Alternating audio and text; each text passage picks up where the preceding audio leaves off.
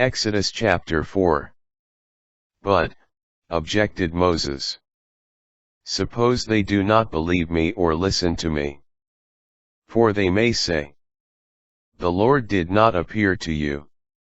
The Lord said to him, what is in your hand? A staff, he answered. God said, throw it on the ground. So he threw it on the ground, and it became a snake. And Moses backed away from it. Then the Lord said to Moses, now stretch out your hand and take hold of its tail. So he stretched out his hand and took hold of it. And it became a staff in his hand. That is so they will believe that the Lord, the God of their ancestors, the God of Abraham, the God of Isaac, and the God of Jacob, did appear to you. Again the Lord said to him, put your hand into the fold of your garment. So he put his hand into the fold of his garment. And when he drew it out, there was his hand covered with scales, like snowflakes. Then God said, put your hand back into the fold of your garment. So he put his hand back into the fold of his garment. And when he drew it out, there it was again like his own flesh. If they do not believe you, or pay attention to the message of the first sign, they should believe the message of the second sign.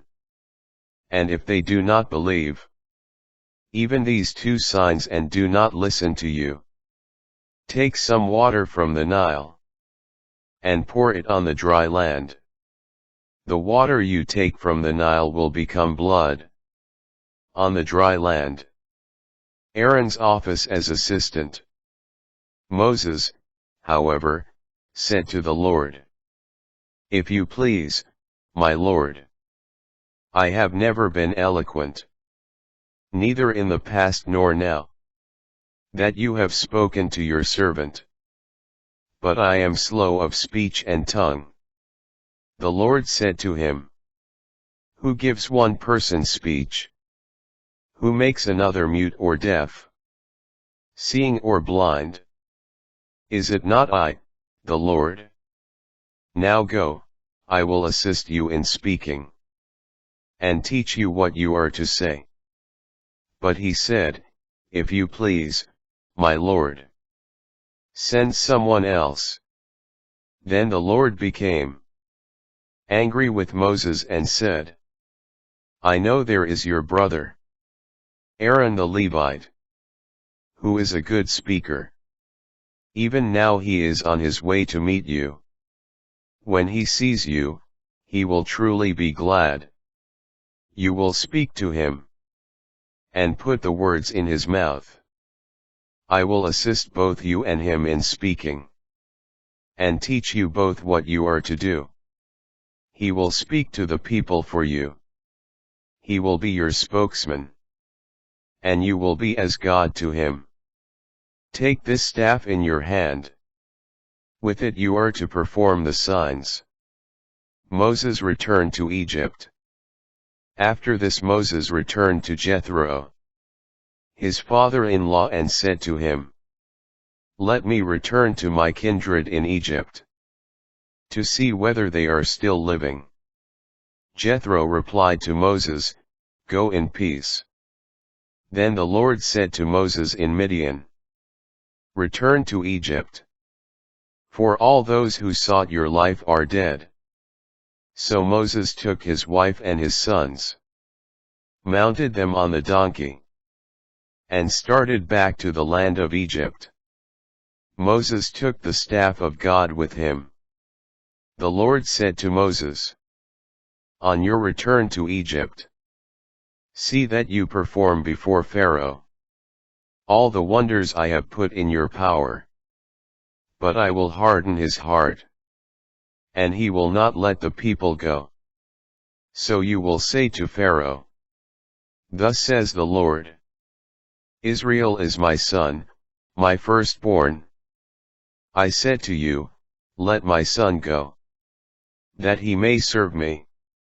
Since you refuse to let him go, I will kill your son, your firstborn."